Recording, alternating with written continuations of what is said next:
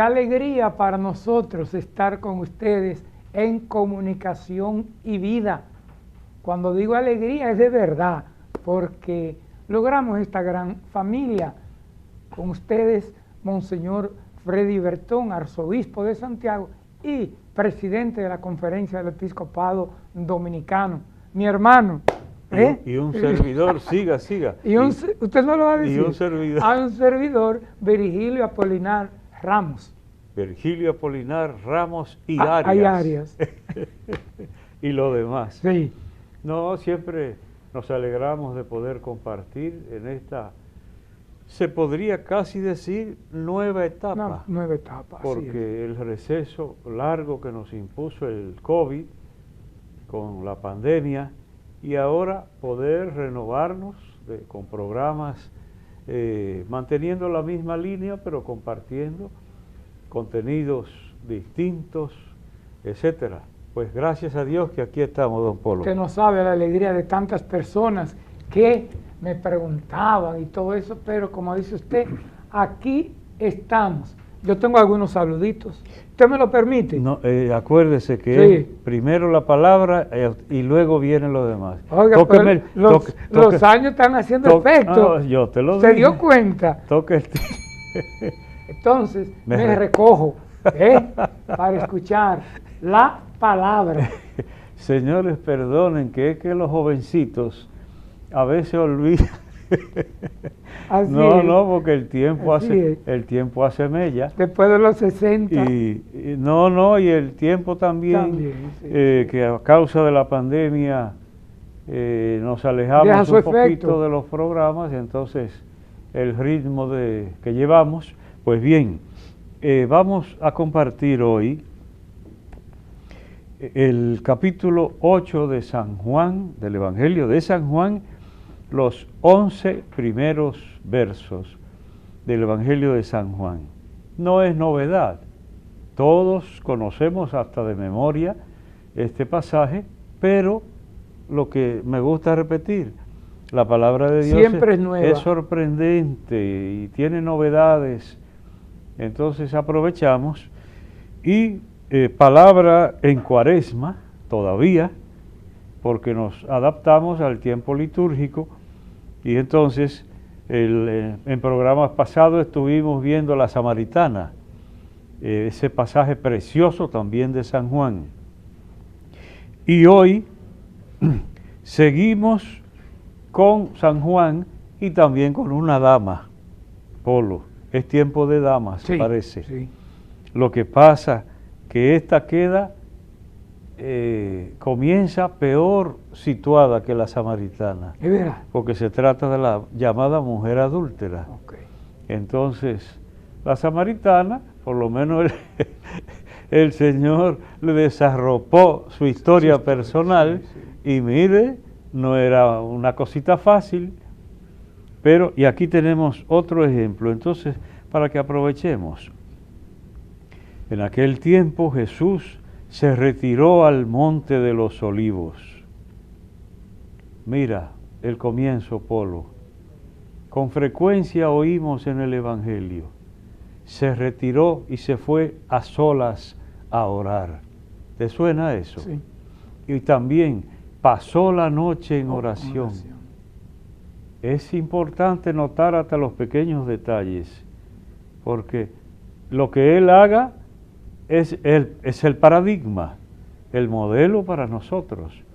Entonces no podemos, ya ahí hay una enseñanza. Ahí, se retiró al monte de los olivos a estar tranquilo con su Dios. Al amanecer se presentó de nuevo, parece que pasó la noche, porque si se retiró, sí. Y al amanecer se presentó de nuevo en el templo y todo el pueblo acudía a él. Es otra expresión común en los evangelios. La gente se agolpaba a la puerta para estar con él, con el Señor. Es muy frecuente ese tipo. La gente tenía hambre de oír esa palabra. Bien, pues aquí está puesto de manifiesto de esa manera. y él, sentándose, les enseñaba.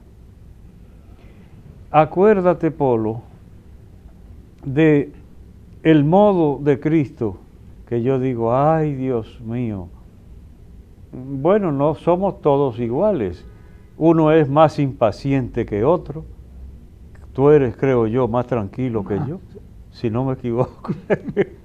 Entonces, cada uno tiene esa manera. Pero mire el Señor, acuérdate, Polo, cuando Él le dijo a los apóstoles, vamos, retirémonos a un sitio tranquilo para descansar un poco. ¿Tú te acuerdas? Porque habían tenido una tanda, ajetreo, oiga, de ajetreo, de dificultad. Y le dijo a los apóstoles, vamos al otro lado, a un sitio tranquilo a descansar. Pero parece que había oídos por ahí y enseguida la gente, se le apareció. La gente supo, y por lo más corto, cuando llegaron, ya estaba la gente, la multitud, esperando allá. Y dice, y él se puso a enseñarles tranquilamente. Oye, no a regañadientes. Dice, caramba, vinimos a descansar y mire ahora. Entonces, pues ya que están aquí, oigan, no. Se puso a conversar con ellos y a enseñarles con paciencia. Y aquí dice, sentándose, les enseñaba. Y ahí sucede la escena que se describe en este capítulo 8, los 11 primeros versos que estamos compartiendo del Evangelio de San Juan. Los letrados y los fariseos, que ¿cuántas veces aparecerán en los Evangelios? Con frecuencia. ¿Y a qué se presentan, Polo? Humildemente a instruirse. No, a veces con preguntas capciosas. Normalmente, sí. Pero eso es dominguero. Sí. Con preguntas capciosas. Están al acecho.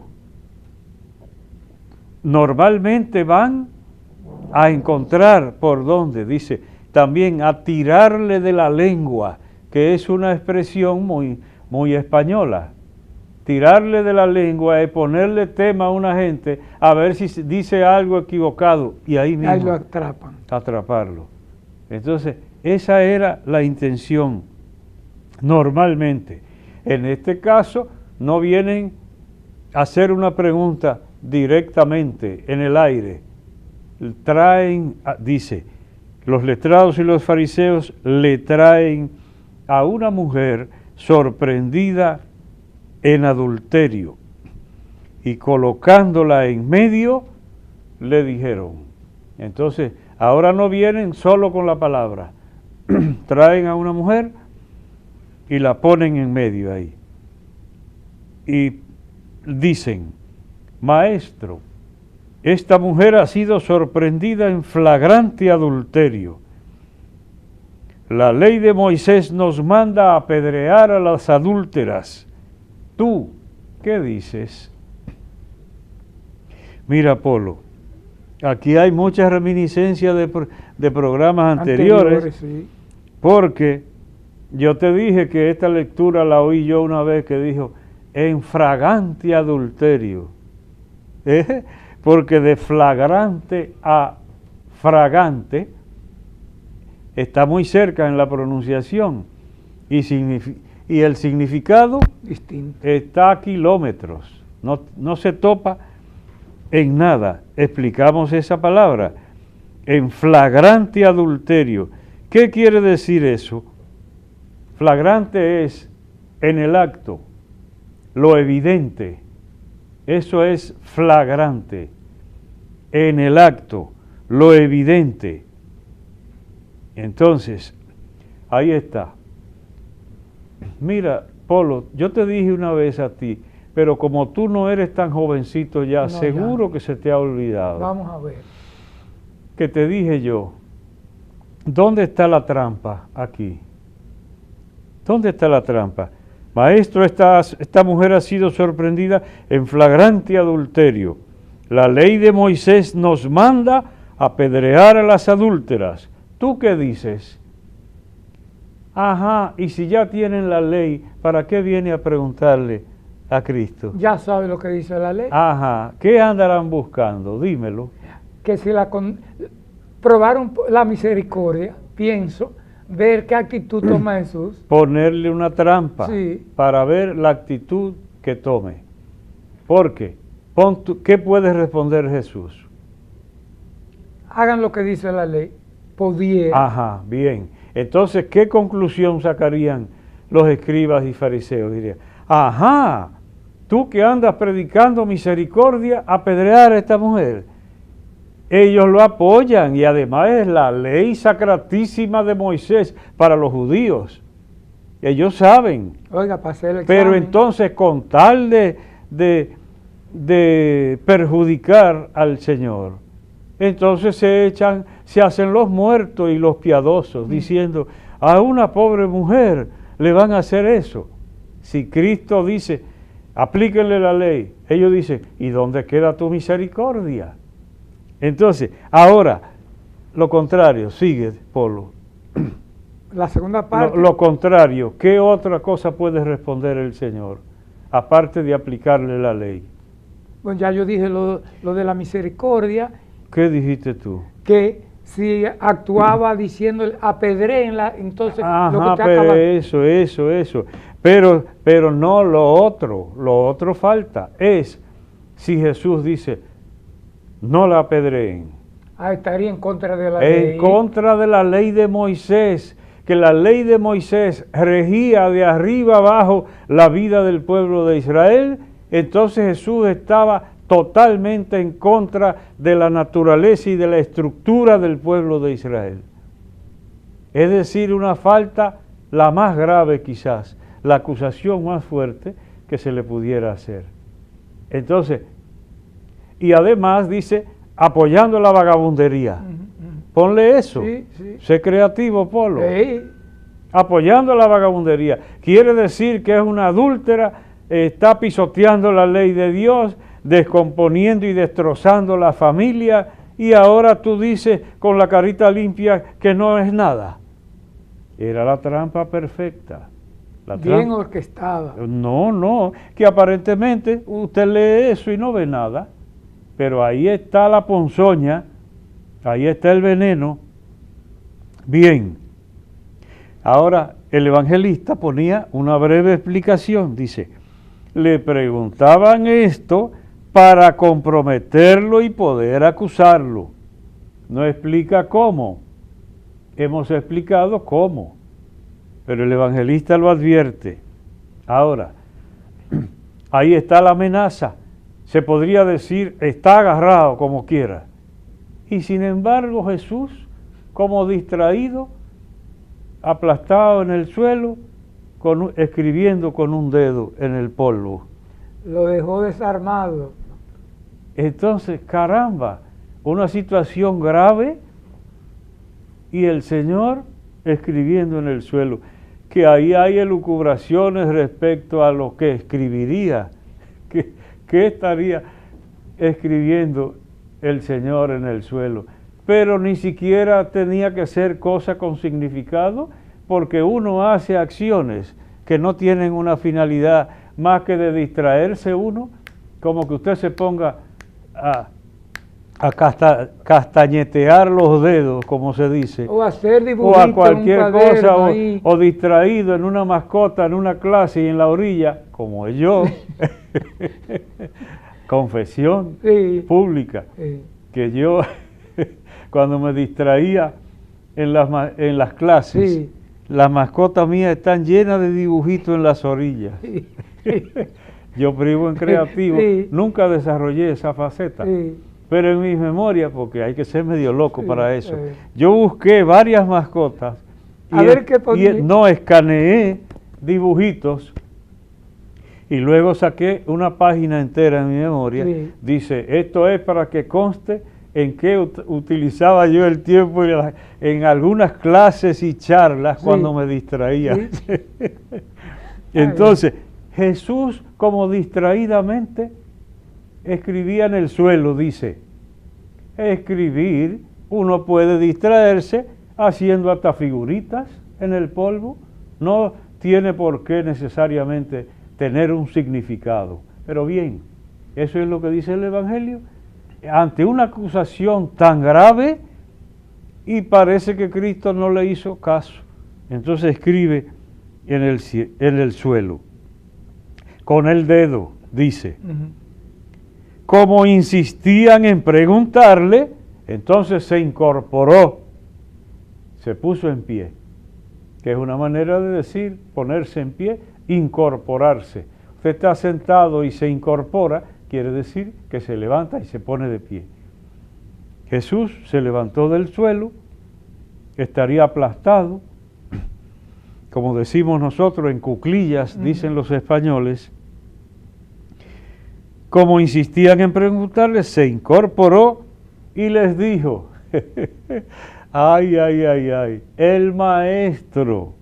Señores, cuando uno lee el Evangelio, claro, a Cristo le pegan muchos títulos, pero a mí me llama tanto la atención el maestro. Ustedes me llaman el maestro y dicen verdad, porque lo soy, le dijo el Señor a los discípulos. Y me viene a la mente a propósito de esto, el maestro. Primero, ¿cómo se conduce? Sin sobresalto. Porque se supone que el maestro que tiene conocimiento profundo no se sobresalta ante una pregunta que le hagan. Tiene respuesta. Porque él ya va adelante y ha madurado la respuesta de lo que le puedan preguntar. Puede que aparezca algún detalle que haya que perfilarlo mejor o lo que sea, pero no Cristo. Entonces vienen con contundencia a creer que lo tiran por tierra y él distraídamente escribe en el suelo. Se incorpora y aquí viene la grandeza. El que esté sin pecado, que le tire la primera piedra. Entonces fíjense bien, ni que sí ni que no, no a la ley de Moisés o sí a la ley de Moisés, no. El que esté sin pecado, que le tire la primera piedra. Es decir, ¿quieren cumplir la ley de Moisés? Muy bien, que comience el que no tenga pecado. Y como él sabía lo que hay en el interior de cada uno, como dice el mismo Evangelio, entonces miren, ¿y ahí qué sucedió? Ellos, al oírlo, se fueron escabullendo uno a uno, empezando por los más viejos. Los más viejos, más pícaros, más cargados de calamidades. Empezando por los más viejos hasta el último. Vea qué detalle es Juan. Juan es muy acucioso en lo que investiga. Juan, que antes se burlaban del evangelista Juan, creyendo que era un soñador y un poeta, el teólogo, como que él elucubraba e inventaba. Pero cuando hace la descripción de la piscina probática, donde Jesús le preguntó al paralítico, ¿quieres ser curado? Y dice, pero ¿y cómo? Si cuando vengo a moverme ya otro se me adelanta. Se va adelante. Cuando se agita el agua, que era que sucedía la curación. Entonces que Jesús le dice, toma tu camilla, levántate, toma tu camilla y vete. Entonces, ese es el maestro que da la orden, pero aquí estábamos en que empezando por los más viejos hasta el último, uno a uno, escabulléndose. Nadie se sentía capacitado. Por lo menos aquí hay una nota positiva, Polo. ¿Cuál? La conciencia, la honestidad, en el fondo la honestidad.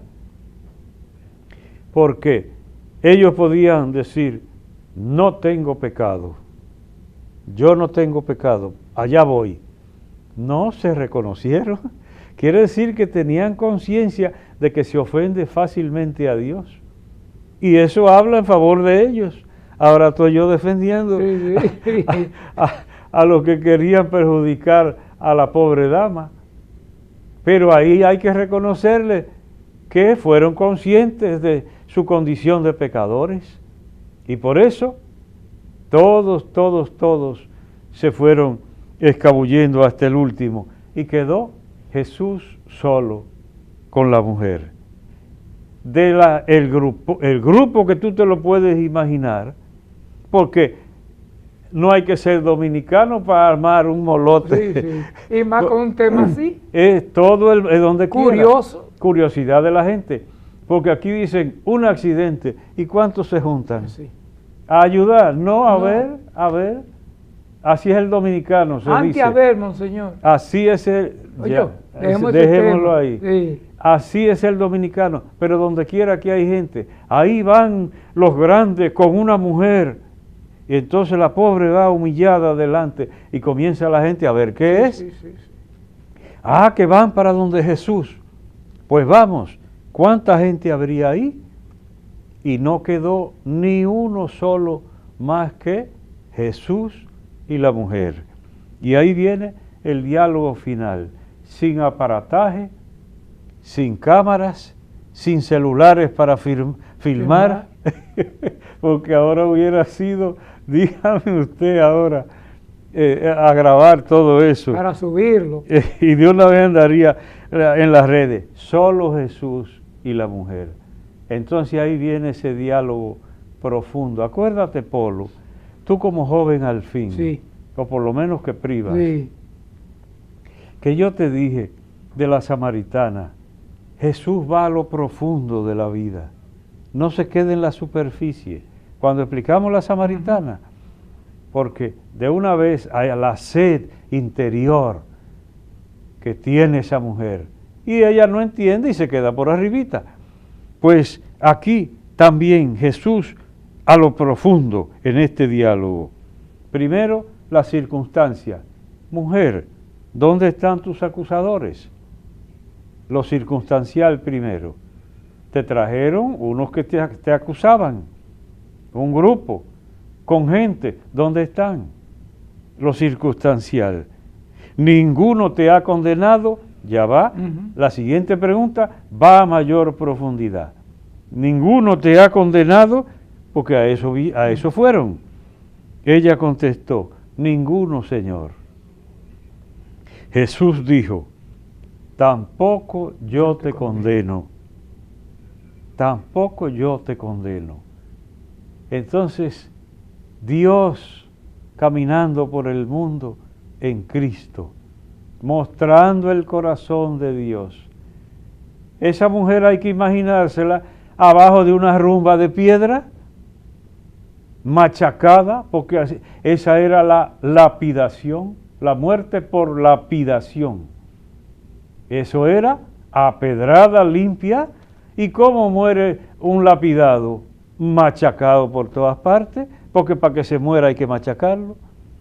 Entonces así es que hay que imaginársela debajo de una rumba de piedra. Y sin embargo, Cristo la libera, la liberación más profunda, porque hay gente que trabaja por la liberación, y en este caso estamos hablando de una mujer, pues la liberación femenina, pero se quedan en el cascarón. Cristo no, la libró primero de la muerte, la libró primero de la muerte. Y entonces, ahora viene lo último, porque va como escalonadamente hasta la profundidad mayor. Miren ustedes cómo va de lo circunstancial, dice. ¿Y los que te acusaban, dónde están? Se fueron. Eso es evidente, casi no hay para qué preguntarlo. Pero por ahí, para entrar de alguna manera, ahí comienza Jesús. Entonces luego, ninguno te condenó. Y otro paso más. Ninguno, Señor, tampoco yo te condeno. Otro paso más. Libertad para esa mujer. Pero hasta ahí podría dañarse el relato. ¿Cómo podría dañarse? Que dijera, vete tranquila, que no ha pasado nada.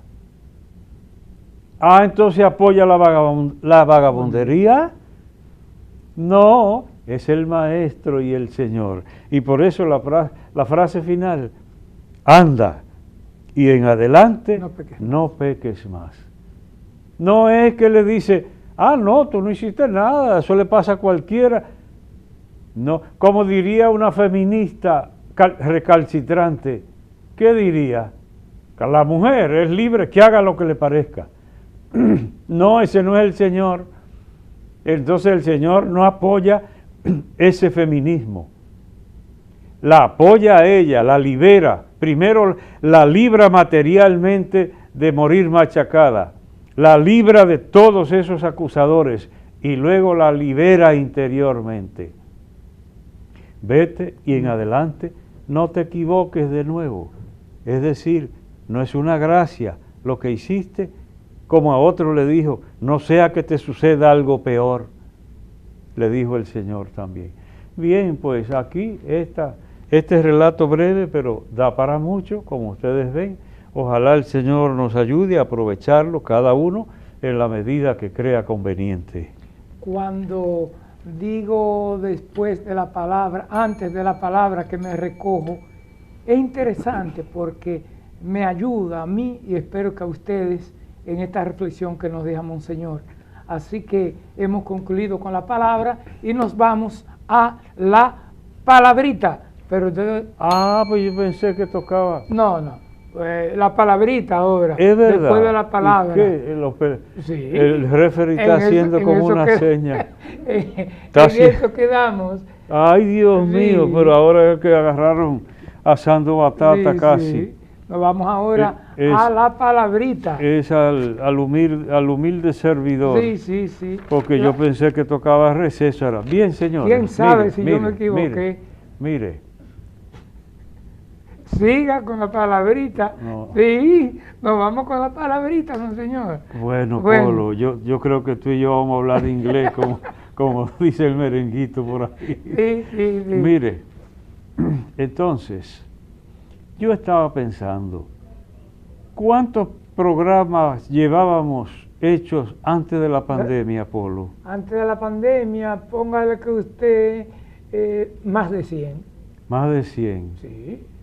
Y en casi todos ellos poníamos 1, 2, 3, 4 y hasta 6 palabritas. Sí, recuerdo. Entonces yo calculé eso. Con ese receso tan largo de producción que hubo de 2 años y pico. Entonces yo dije, déjame buscar algún par de palabritas de las que ya presentamos. Y que alguna gente ha olvidado, hasta yo. Porque dime tú, va a estar la gente. No podemos faltarle el respeto a nuestra gente. Hay gente acuciosa y memoriosa y además que valora la bendita palabrita que presentamos. Sí. Entonces, pero hay muchísimos otros que dirán, sí, yo como que oí algo una vez. Pues bien, para esos, yo he tomado una palabrita para hoy que además le agrada a alguna gente la monedita. ¿Cuál es? Yo conocí, ahora que me viene a la mente, un seminarista menor en el seminario conciliar de Medellín, en el curso para formadores que hicimos allá en el año 80, y 42 años. A ese, yo lo único que recuerdo era que era apellido Zuluaga, que es un apellido muy común en la zona de Antioquia. Zuluaga. Me llegó a escribir un par de veces. Y él era fanático de coleccionar monedas. Entonces pasaba, como ahí habíamos de todos los países, en ese curso, él pasaba moneditas. Entonces así mismo le pusieron a él monedita. Pues la palabra que traemos ahora es precisamente moneda. ¿Usted la quiere en moneda nacional o extranjera? Bueno. Entonces, ¿cuántas veces se usará esa palabra?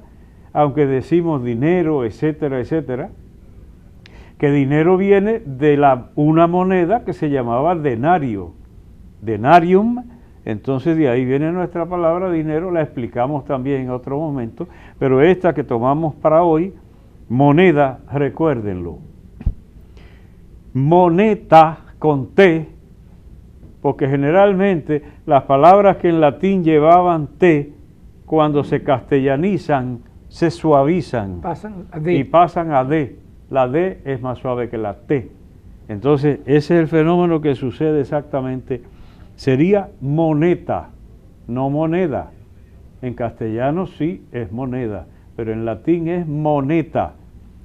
Y era un apelativo de la diosa romana Juno, Juno, Juno. como decimos en castellano, porque en latín sería Juno, la diosa Juno. Así se dice en casi todos los idiomas extranjeros, Juno como en latín, pero en castellano es Juno, que era una diosa muy destacada en el conjunto de divinidades romanas. Entonces, al lado del templo, Juno era apodada Moneta, que es hasta chistoso, porque ¿cómo sale moneda de ahí? Juno Moneta quiere decir Juno, la diosa, la consejera. Moneta quiere decir consejera, de moneo, mones, monere, que en latín es aconsejar. Miren ustedes, los idiomas son hasta medio disparatosos. Sí, porque oiga, ¿para dónde va? Porque es por simple convención. Entonces, miren cuál fue la circunstancia. Lo recordarán, porque esto lo dijimos una vez en el siglo pasado. En el siglo pasado lo dijimos aquí. Resulta que al lado del templo de Juno Moneta, es decir, la diosa Juno, la consejera, al lado del templo de ella es que se acuñaban las monedas, se acuñaban con el troquel. El troquel es como un molde que se le pone a la moneda y ahí queda la efigie que debe llevar, la inscripción, la fecha, como hasta ahora. Sí, sí, sí. Como hasta ahora. Entonces, al lado del templo de Juno Moneta es que se acuñaban las monedas de ese tiempo. Entonces, se le pegó el nombre, el calificativo de la diosa moneta a lo que se hacía al lado, que era eso que se hacía para el intercambio comercial, entonces se llamó moneta, que castellanizado se llama moneda.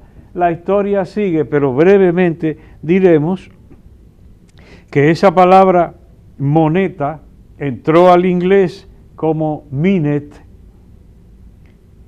que pasó luego a ser mint, M-I-N-T, mint, que significa cuño monetario, troquel, molde para hacer moneda, mint en inglés, y también casa de la moneda, a donde se acuñan las monedas. Y sigue el rejuego porque pasó al francés antiguo y del francés antiguo pasó otra vez al inglés, de donde sale la palabra money, que la conocen hasta los limosneros. Y si usted va a la zona colonial de la capital, money, money, a los extranjeros que si quieren cambiar dólares. Entonces, mira el rejuego de la historia. Del latín pasa a los otros idiomas, en este caso al inglés, del inglés pasa al francés, del francés vuelve al inglés como money, porque se parecía más a la forma francesa que tomó, que pueden ver ustedes como monnaie. Entonces se pasó al inglés de nuevo como money, money. Los norteamericanos creo que lo pronuncian con la boca un poco más abierta, como money, give me the money. Bueno, basta por hoy. Bueno, hemos concluido la palabrita, nos vamos a la pausa y en breve retornamos. Esto es Comunicación y Vida.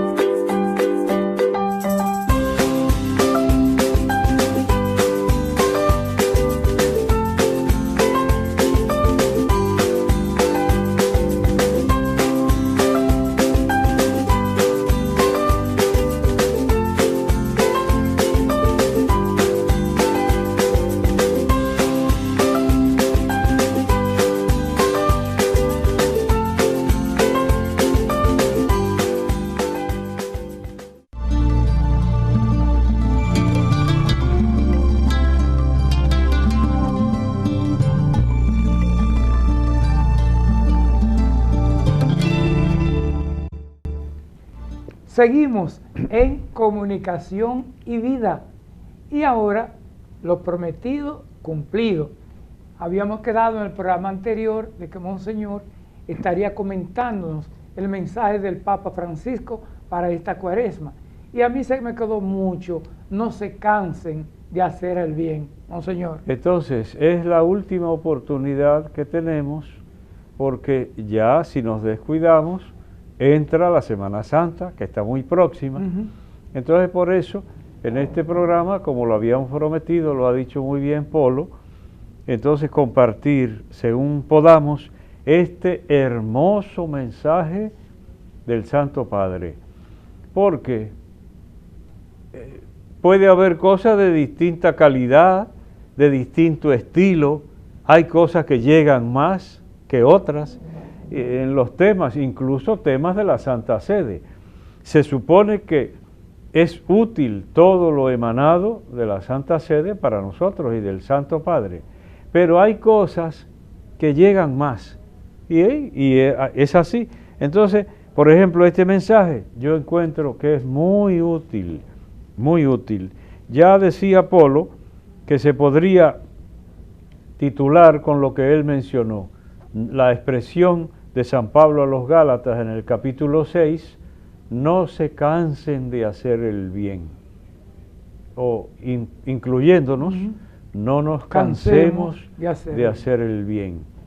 Se podría decir que ese es el título de este mensaje. Y entonces el Papa motiva, dice, la Cuaresma, qué tiempo tan propicio para uno hacer el bien, para corregir cosas.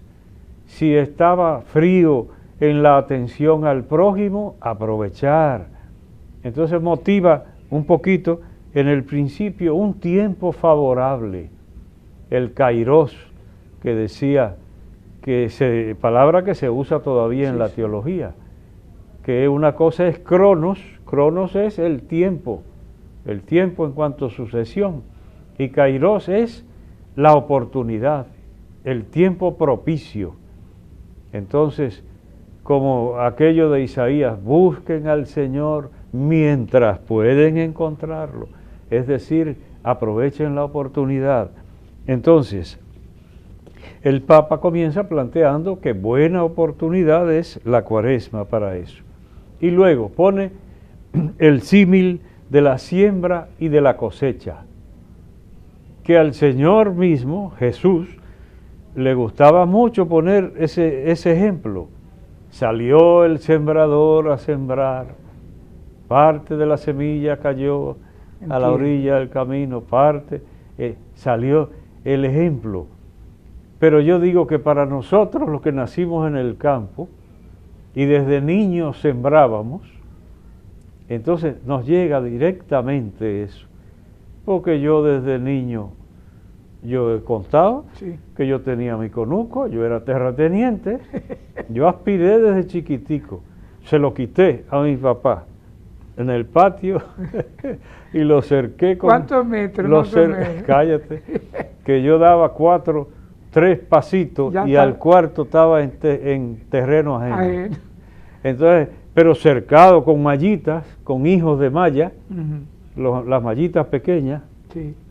Bien, entonces los que tenemos la experiencia de siembra y cosecha, todavía donde yo me crié hay tremenda mata de níspero que la sembré yo. Y mira que el níspero no crece así. Eso indica los siglos que tiene el propietario y el sembrador. Entonces, ahí mismo el Papa, en esa siembra y cosecha, menciona la palabra kairos, tiempo propicio. Así como para la siembra hay que buscar la oportunidad.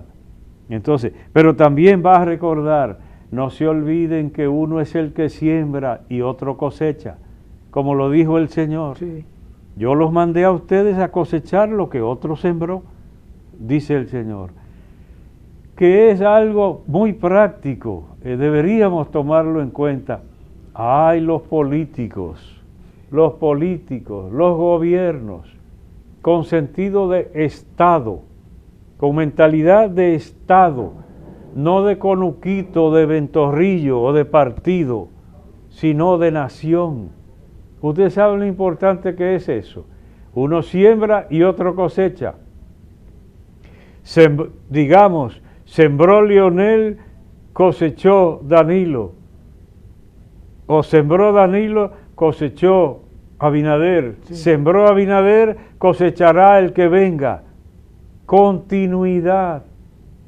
Si se pensara siempre así, porque a veces hay gesto con un proyecto de nación. Entonces, no es siembro y cosecho y me la como toda. No, usted siembra y sabe Dios quién cosechará.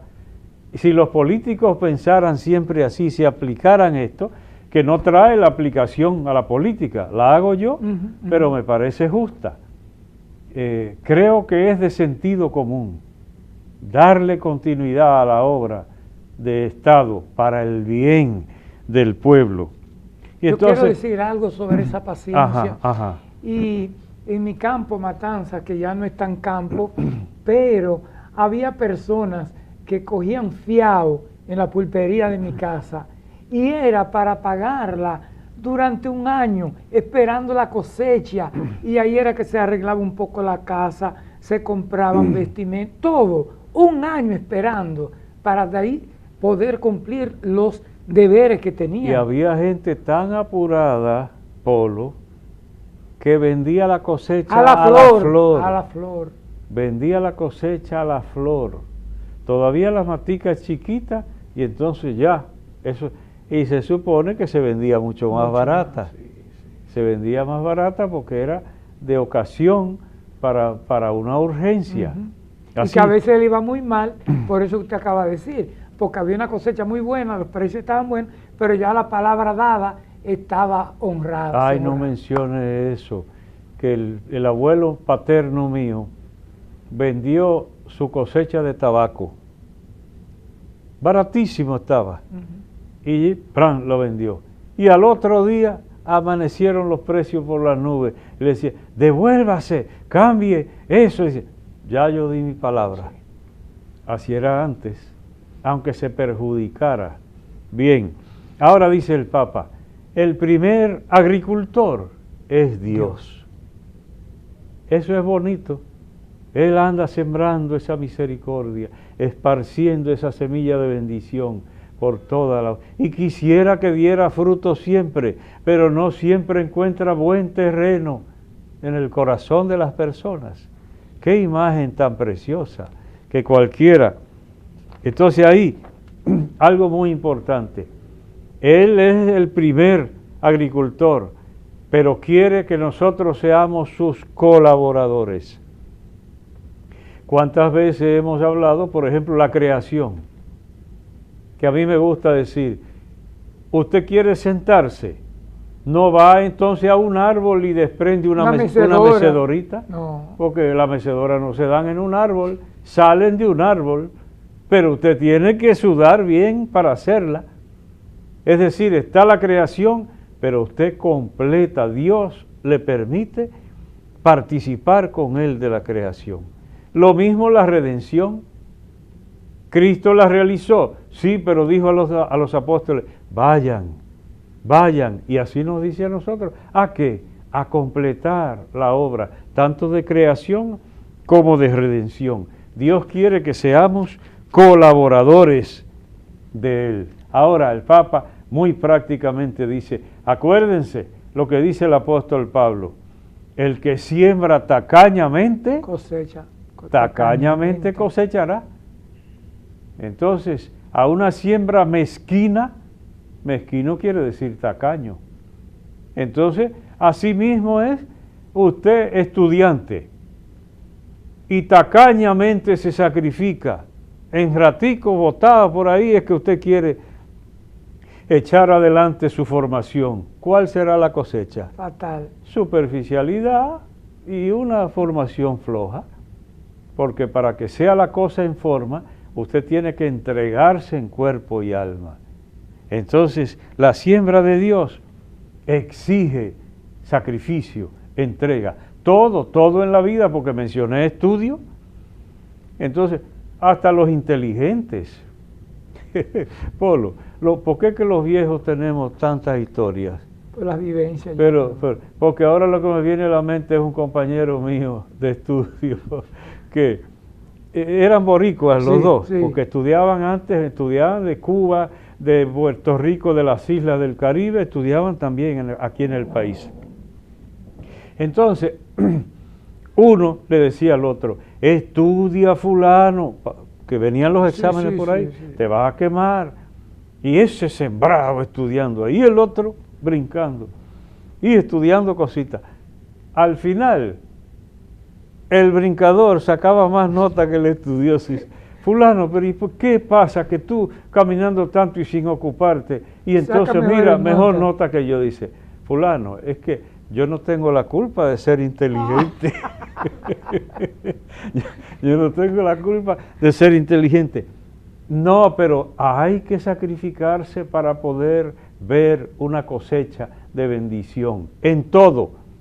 Ahora pon tú una familia sin sacrificio, ¿qué va a salir de ahí? De casualidad saldrá un tigueraje, pero no una bendición, donde no hay sacrificio. Entonces, completar la obra del Señor. Para eso vino Cristo, lo dice el Papa. Y por eso decíamos hace un momento, es el paradigma. Miremos lo que Él hace y aprendamos de Él, que es verdaderamente el Maestro, como lo recordamos hace un rato. Ahora, Polo, el que se inspira y por una emoción hace el bien, ¿ya completó la obra? No. Ahí es que viene y dice el Papa, no se cansen de hacer el bien. Ni evitemos las oportunidades que nos brindan para hacer el bien. Hay que ser perseverante y aprovechar toda ocasión para hacer el bien. Entonces el Papa va a detallar de ahí en adelante. Entonces dice, orar es bueno, pues no se canse de orar, y la Cuaresma es buena para eso. Eso un consejo práctico. Compartir con el prójimo y dar limosna será bueno. Cierto. Sí, pues, mire, haga el esfuerzo en la medida de lo posible, siempre, de ayudar al prójimo. Ahora, el que hace una siembra, Polo, simplemente dice, ay, voy a sembrar hoy, y coge para allá. Así es. No. ¿Qué tiene que hacer primero? Primero preparar el terreno, abonar. Hay que preparar el terreno. Entonces dice, no nos cansemos de extirpar el mal en nuestra vida. Dice el Papa, ¿usted quiere hacer buena siembra? Pues mire, hay que hacer un trabajo. Para poner la planta buena hay que quitar la mala. Entonces así mismo la vida de cada persona. No nos cansemos de extirpar el mal de nuestra vida para poder cosechar el bien. Es algo totalmente lógico. Entonces se está terminando. Por supuesto que el Papa Francisco va a insistir en la caridad al prójimo.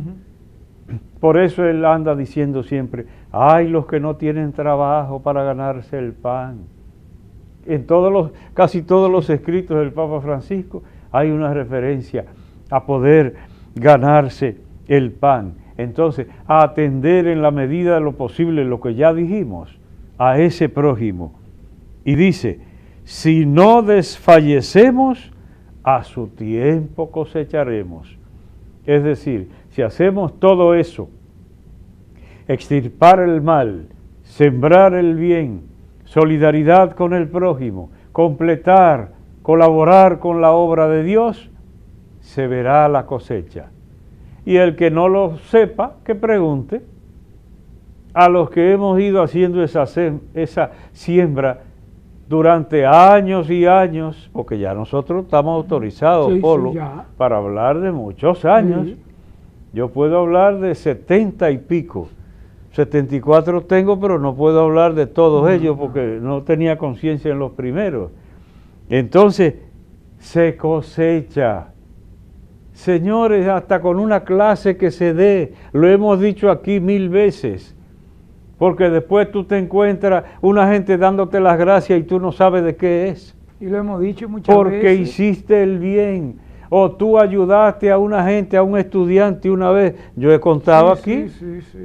Entonces, hacer el bien sin desfallecer y luego se verá la cosecha. El Papa termina invocando a la Virgen Santísima, que dio un fruto de excepción maravilloso, que es nuestro Salvador.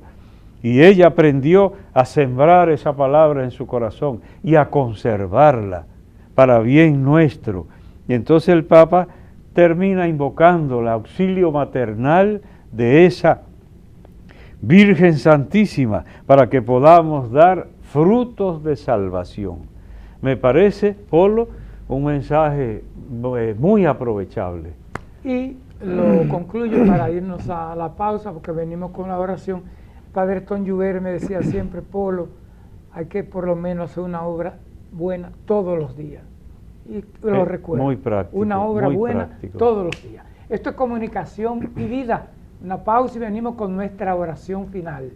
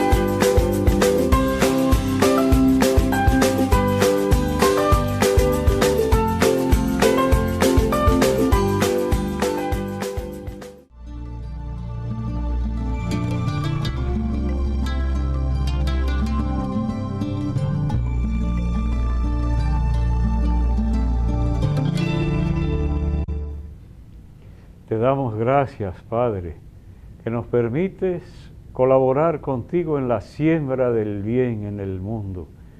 Qué necesaria es esa siembra, cuando se siembra el odio y se cosecha la discordia, la masacre, la guerra, como se está padeciendo. Ayúdanos a ser sembradores del bien en nuestra familia, nuestros hogares, en el entorno en que nos desenvolvemos, para que así tú puedas alegrarte como Padre mirando la cosecha que por nuestros esfuerzos logramos obtener. A ti te lo pedimos, que vives y reinas por los siglos de los siglos. Amén. Gracias a cada uno y a cada una de ustedes por acompañarnos y les esperamos en la próxima emisión de Comunicación y Vida.